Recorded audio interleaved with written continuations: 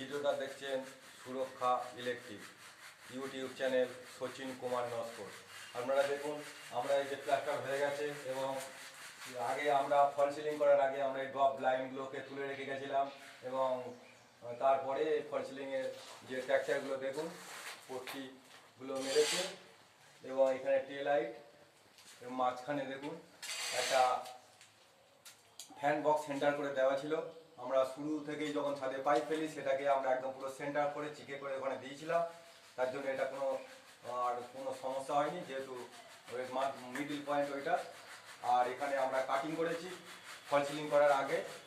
ফল ceiling করার আগে আমাদের এই যে কাজগুলো করে নিতে হয়, দেখুন এগুলো কাটিং করে মেজারমেন্ট করে ড্রয়িং হিসেবে আমাদের বোর্ড পাইপ জাম করে দিতে হয়। এটা এখন প্লাস্টার হয়নি, প্লাস্টার বাকি আছে। এবং শুধু তাই নয়, এখানে দুটো অপশন করা আছে, একটা ছাদে পাইপ ফেলা আছে, ফল সিলিং করা হবে ভবিষ্যতে সেই কারণে। এবং এখানে যে পাইপ লাইনটা আছে এখানে টাইলসের কাজ হবে, সেই কারণে আমাদের এখানে দেখুন এখানে ফ্লোর থেকেও পাইপ চালানো হয়েছে। তাহলে এখানে ওয়ালে, রুফ অর্থাৎ ছাদে এবং আমাদের ফ্লোরে সর্ব জায়গায় অপশান আছে, যেটা সুবিধাজনক হিসেবে।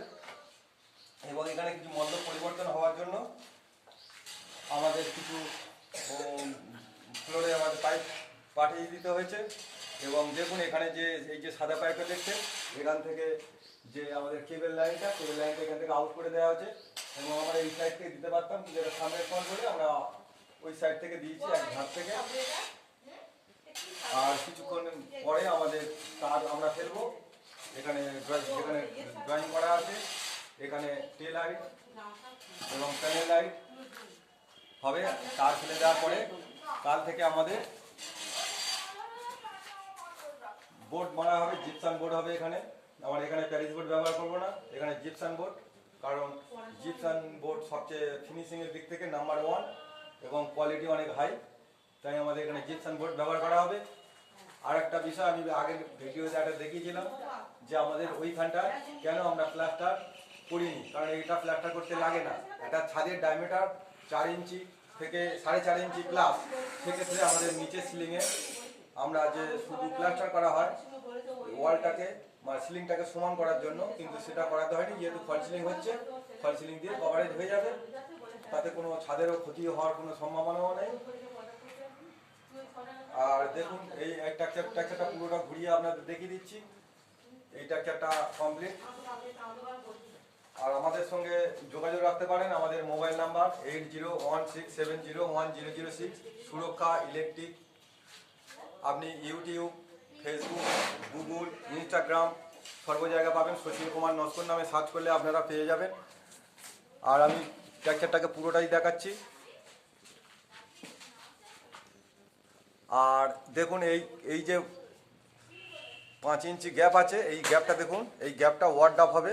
এই ওয়ার্ড আপ হওয়ার জন্য আমরা এই দিকটা লাইট ব্যবহার করব না। এই দেখুন এই যে গ্যাপটা রাখা হয়েছে, এটা ওয়ার্ড আপ হয়ে লোড হয়ে গিয়ে ওয়াল ফিনিশ হয়ে যাবে।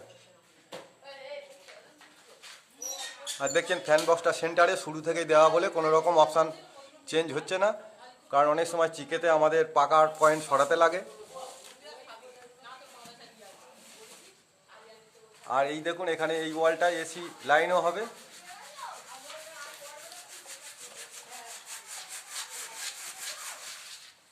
দেখুন এখানে যেমন ফ্লোর থেকে মেন লাইনটাকে আমরা পাস করেছি, আর এই ডিবি বক্স কিন্তু এখানে টোটালটাই সিলিংয়ের ওপর থেকে বেস করেই দেওয়া আছে। এই রুমটা, এটা বেডরুম। আমি ট্যাক্সচারটা দেখাচ্ছি, ফল সিলিংয়ের ট্যাক্সচারটা। এই ফল সিলিং ট্যাক্সচার তৈরি করার পরে তারপরে ওয়্যার টানা হয় বা তার টানা হয়।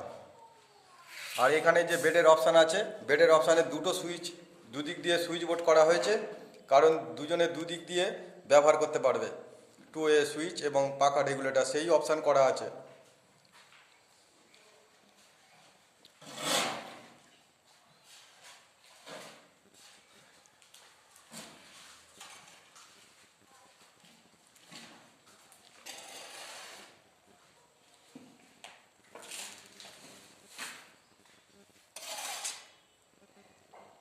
আমাদের গুগলে সচিন কুমার নস্কর নামে সার্চ করলে আপনি আমাদের ভিডিও দেখতে পাবেন।